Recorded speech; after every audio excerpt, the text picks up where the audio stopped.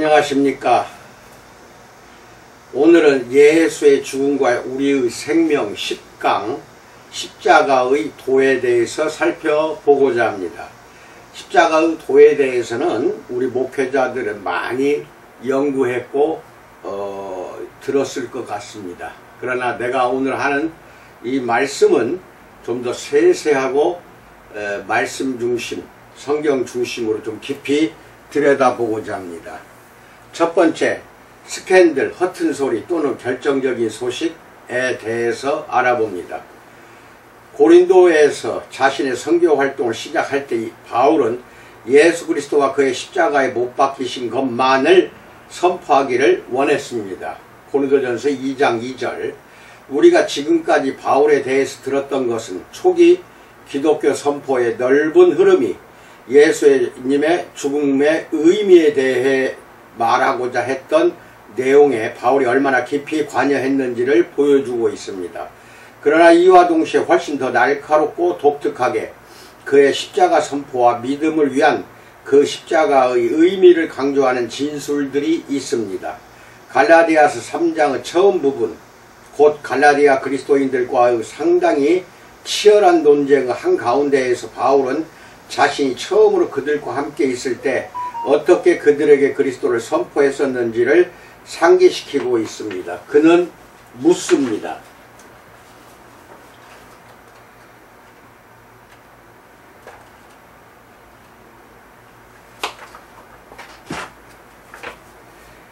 갈라디아서 3장 1절에서 어리석도다 갈라디아 사람들아, 예수 그리스도께서 십자가에 못 박히신 것이 너희 눈앞에 밝히 보이거늘 누가 너희를 꾀더냐 라고 물어봅니다.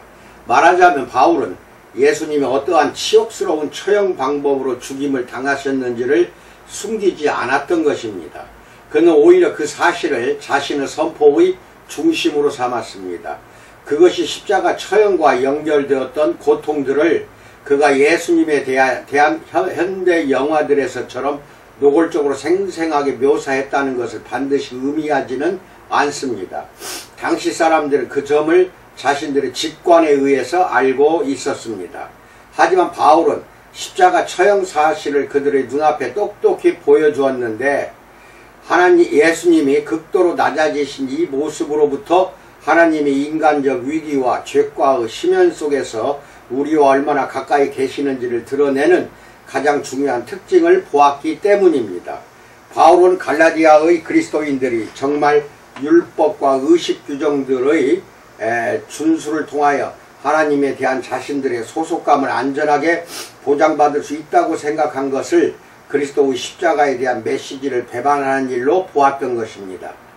바울이 비슷한 말들로 고린도에 있는 그리스도인들로 하여금 그들이 살고 있는 도시에서 있었던 자신의 초기 선포를 떠올리도록 했던 일을 우리는 이미 살펴보았습니다. 고린도전서 2장 1절로 2절에서 형제들아, 내가 너희에게 나아가 하나님의 증거를 전할 때에 말과 지혜의 아름다운 것으로 아니하였나니 내가 너희 중에서 예수 그리스도와 그가 십자가에 못 박히신 것 외에는 아무것도 알지 아니하기로 작정하였습니다 라고 말합니다. 바울이 예수 그리스도 외에는 아무것도 알지 아니하기로 작정했다는 사실이 당연히 그가 다른 모든 것을 자신의 기억으로부터 지웠음을 의미하지는 않습니다. 그 말은 오히려 선포를 장식할 수 있으면서도 결정적인 내용으로부터 관심을 돌려버리는 하나님과 세상에 대한 모든 가능한 진술들의 거절입니다. 이때 우리가 분명히 해야 하는 점은 십자가에 달린 사람에 대한 주의 환기가 오늘날보다 고대에 훨씬 더 불쾌감을 유발했다는 사실입니다. 당시의 감정적인 강조점을 그대로 느끼려면 다음과 같이 번역해야 합니다. 교수행에 처해진 사람 혹은 말뚝에 박힌 사람 그리스도, 이렇게 번역해야 됩니다. 이것은 해방자에게는 끔찍하고도 잔인한 별명입니다. 그러나 바로 이 별명이 바울에게는 중요합니다. 인간적 위기의 가장 깊은 심연 속으로 들어가는 하나님의 길은 예수님의 십자가에서 곧 죄인을 일반 사람들에게 보이기 위해 묶어두는 기둥과 교수대에서 그 목표에 이르게 됩니다. 그렇게 바로 십자가가 하나님의 사랑을 인식할 수 있는 표시가 됩니다. 하지만 바울에게 십자가는 단지 자신의 선포 내용만이 아니었습니다. 이 선포 형태도 그에게 알맞았습니다.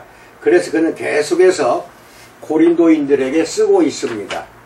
고린도전서 2장 3절로 5절에서 내가 너희 가운데 거할 때에 약하고 두려워하고 심히 떨었노라.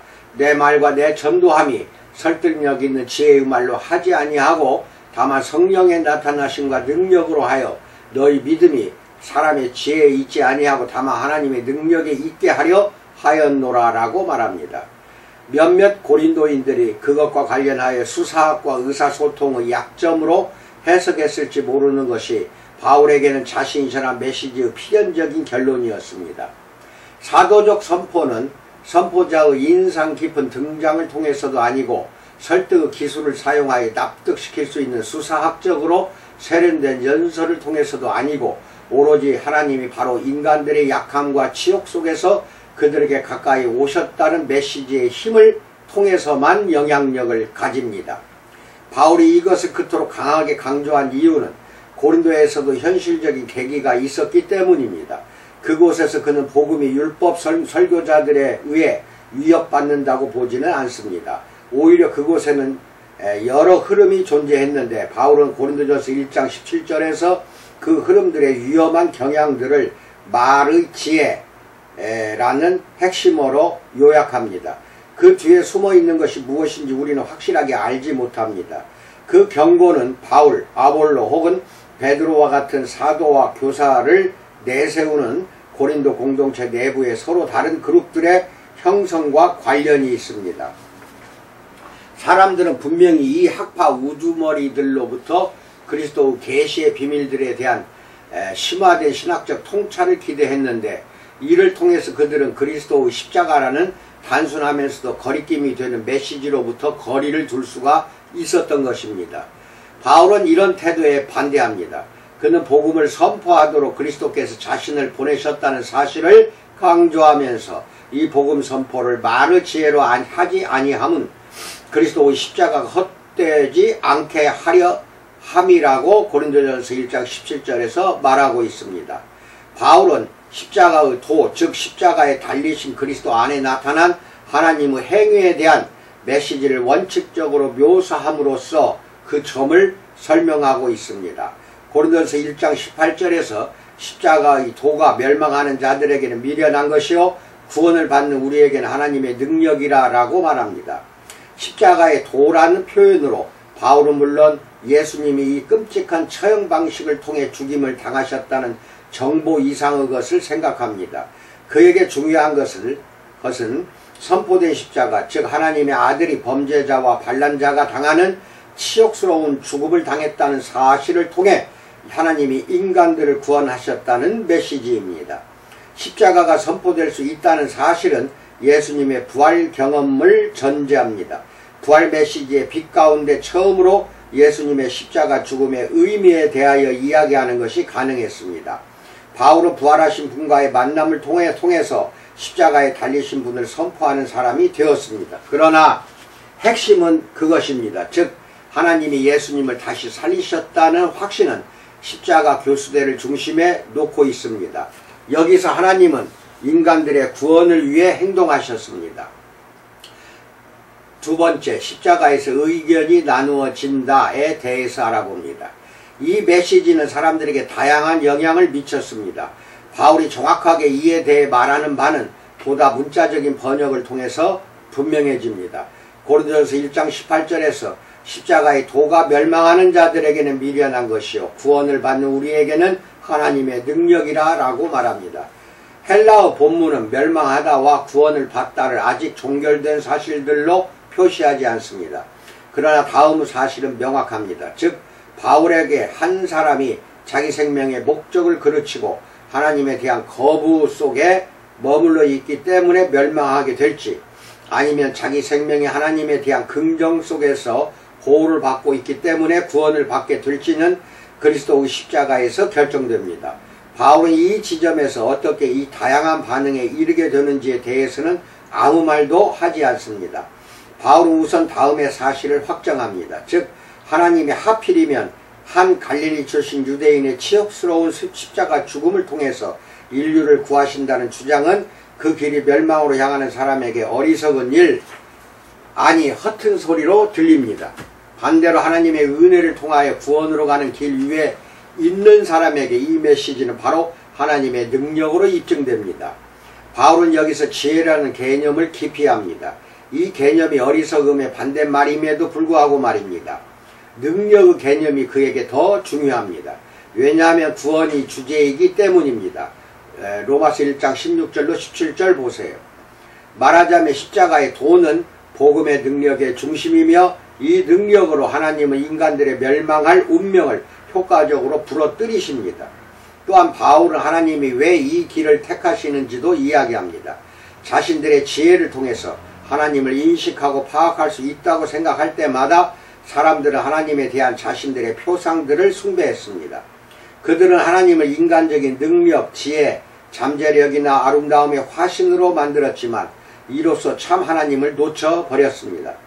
그래서 하나님은 다른 길을 선택하셨습니다. 즉 신을 찾는 자들과 철학자들의 길이 아니라 사람들을 바로 그들의 약함과 어리석음 속에서 찾아가는 그 길을 말입니다. 고린도전서 1장 21절 보세요. 그것은 사람들의 종교적 욕구들에 상응하지 않습니다. 바울은 하나님에 대한 인간적 질문의 두 가지 기본 유형에서 이 점을 분명히 하는데 이 유형들을 그는 유대인들 및 헬라인들과 동일시합니다. 고린도전서 1장 22절로 23절 보세요. 유대 사람은 기적을 요구한다고 바울은 말합니다.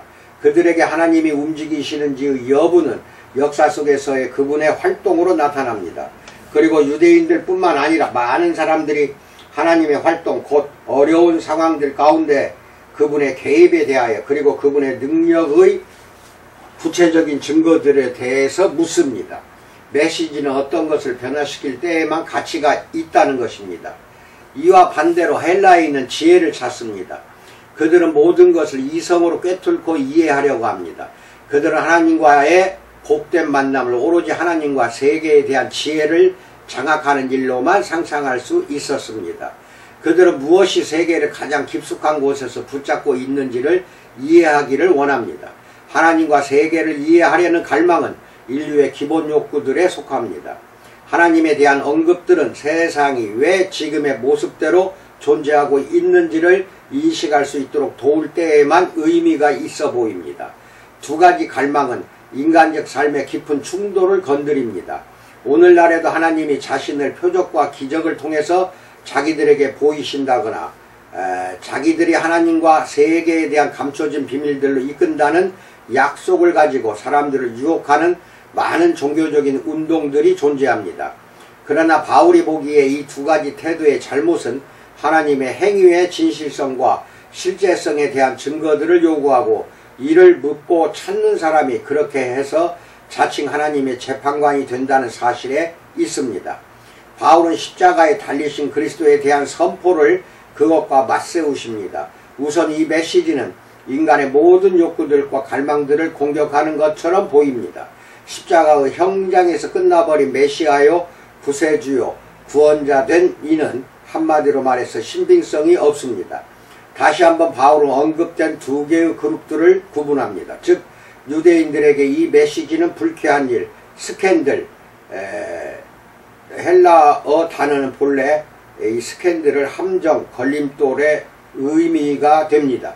그들이 거부할 수밖에 없는 거의 신성 모독에 가까운 형태입니다. 반면 비유대인들에게 십자가에 달린 구원자의 선포는 완전히 어리석음, 아니 허튼 소리입니다. 하나님이 세상을 구하시기 위해서 자기 아들을 십자가의 기둥에 못 박게 하신다는 사실은 아주 허무맹랑합니다. 그러나 십자가의 선포 효과가 가지고 있는 또 다른 측면이 있습니다. 부름받은 사람들, 즉 하나님의 부르심으로 그분의 행위의 참 의미에 대해 눈을 뜨게 된 사람들에게 십자가에 달리신 그리스도의 메시지는 하나님의 능력과 하나님의 지혜의 진수가 됩니다. 고린도전서 1장 24절 보세요. 하나님의 부르심은 아주 다양한 종교적 출신 성분을 가진 사람들을 만납니다. 다시금 유대인들과 헬라인들은 종교적이고 문화적인 사회화의 전체 스펙트럼을 대신합니다. 하나님은 십자가에 달리신 그리스도에 대한 선포 가운데서 직접 인간들을 만나시며 그들에게 명확해지는 것은 하나님이 자신의 구원하시는 사랑의 능력과 지혜를 바로 자기 아들의 치욕스러운 죽음으로 보여주신다는 사실입니다. 그분이 이를 통해 사람들의 위기 상황의 극도로 깊은 곳에서 그들에게 가까이 오시기 때문입니다. 그렇기에 하나님의 어리석음, 즉 인간적 상황의 부조리에 관여하게 되는 그분의 행위는 사람보다 지혜롭고 그들의 구원의 길과 관련해서 생각해내는 것보다 지혜롭습니다. 그리고 하나님의 약함, 곧 사랑을 위해서라면 상처까지 입으시는 그분의 낮아지심과 약하심은 사람보다 강하고 그들이 신적 능력의 증거로서 요구하거나 희망하는 모든 것들보다 강합니다. 고린도전서 1장 25절. 바울은 서신의 다음 단락에서 고린도 공동체의 성립 역시 이 방식으로 나타나는 하나님의 활동을 반영한다고 분명히 설명합니다. 고린도전서 1장 26절로 29절 보세요. 공동체 안에는 고귀한 사람들, 힘 있는 사람들과 사회에서 대단하게 여겨지는 사람들이 많지 않습니다. 아마도 공동체 안에서는 그것을 아쉬워했던 것 같습니다. 그러나 바울은 그 점을 다르게 봅니다. 하나님은 그리스도 안에서 바로 약한 사람들, 낮은 사람들, 대단하지 않거나 아무것도 아니라고 생각하는 사람들을 부르십니다. 왜냐하면 하나님은 이로써 자기 앞에서 유효한 것은 사람들을 자만하게 하거나 자신감을 갖게 하는 것이 아니라 오직 자신의 은혜와 그 은혜가 한 인간의 삶에서 이루는 것뿐임을 확증하려 하시기 때문입니다. 세 번째, 십자가 안에 있는 구원에 대해서 알아봅니다. 바울이 여기서 십자가의 도와 그리스도의 십자가 선포에 대해서 말하는 내용은 다시 한번 예수님의 죽음의 의미에 대한 완전히 새로운 관점을 열어줍니다. 그가 예수님이 십자가에 달리신 사실과 그것의 의미뿐만 아니라 선포된 그리스도의 십자가에 달리신 분에 대한 메시지를 언급한다는 점이 이미 특별한 관점을 보여줍니다. 인간들은 십자가에 달리신 분에게서 나타난 하나님의 행위, 그리고 그들을 위한 그 행위의 의미와 직면하게 됩니다. 예수님의 죽음은 단지 인간들의 구원을 일으키기 위한 하나님의 조치만은 아닙니다. 십자가에서 인간들은 하나님이 정말로 누구이신지를 깨달아야 하고 또 깨달을 수 있습니다. 즉 그분은 약한 자들을 부르시고 강한 자들의 강함의 근거를 물으시는 분이며 낮은 자들과 추방된 자들에게 오시고 높은 이들과 명망 있는 자들을 의심하시는 분입니다. 바울은 십자가 죽음을 위한 합리적인 설명을 제시하기를 포기합니다. 그는 이 문맥에서 그 죽음이 속죄를 위한 필연적인 제사였다고 말하지 않으며 자기 시대의 제의적인 표상들을 가지고 하나님의 행위를 납득할 수 있도록 하려는 시도조차도 하지 않습니다. 해석되고 설명되어야 하는 것은 십자가가 아닙니다. 오히려 그 반대입니다. 즉 십자가가 하나님이 어떻게 행동하시고 그 사실이 우리와 우리의 현실을 위해 무엇을 의미하는지를 해석하고 설명합니다. 말하자면 십자가의 메시지는 동시에 심판과 은혜를 포괄합니다. 하나님은 자기 아들 안에서 유례가 없는 방식으로 사람들 가운데서 활동하셨는데 그 아들이 이 치욕스러운 방법으로 죽임을 당했다는 사실은 하나님을 향한 인간적인 반항의 표시이며 모든 인간들의 종교적이고 세속적인 자기 주장과 과대망상에 대한 심판이 됩니다. 십자가의 형장은 사람들이 서로에게 안겨주는 모든 고통과 모든 고난을 위한 경고의 표시가 됩니다. 그러나 동시에 십자가는 하나님의 은혜의 표시이며 하나님이 예수님의 죽음을 통하여 바로 우리가 정말로 서 있는 곳으로 곧 치명적인 신의 부재 상황으로 우리 인간들을 찾아오신다는 사실에 관한 지속적으로 유효한 상징입니다. 십자가는 사랑하는 자들의 약함과 그들의 어리석음 속에서 그들에게 이르고 그들의 자칭 강함과 지혜의 가면을 벗기며 구원하는 사랑의 능력과 지혜 속으로 그들을 데리고 들어가기 위해서 약하고 정신이 나간 것처럼 보이는 것을 감당하는 사랑의 표시입니다. 이런 종류의 십자가 신학이 무엇보다도 바울 자신이 위험하다고 여기는 기독교적 선포 형식들과 논쟁할 때 그에게서 나타난다는 사실은 놀라운 일이 아닙니다. 고린도인들의 지혜신학 외에 우리가 이미 갈라디아서 3장 1절에 대한 암시와 함께 살짝 다루었던 갈라디아 율법 교사들과의 논쟁이 특히 이에 해당합니다. 십자가 설교는 지혜론의 특정 형태들과 대립관계를 이루기도 하지만 또한 기독교적인 율법 설교와도 대립관계에 있습니다.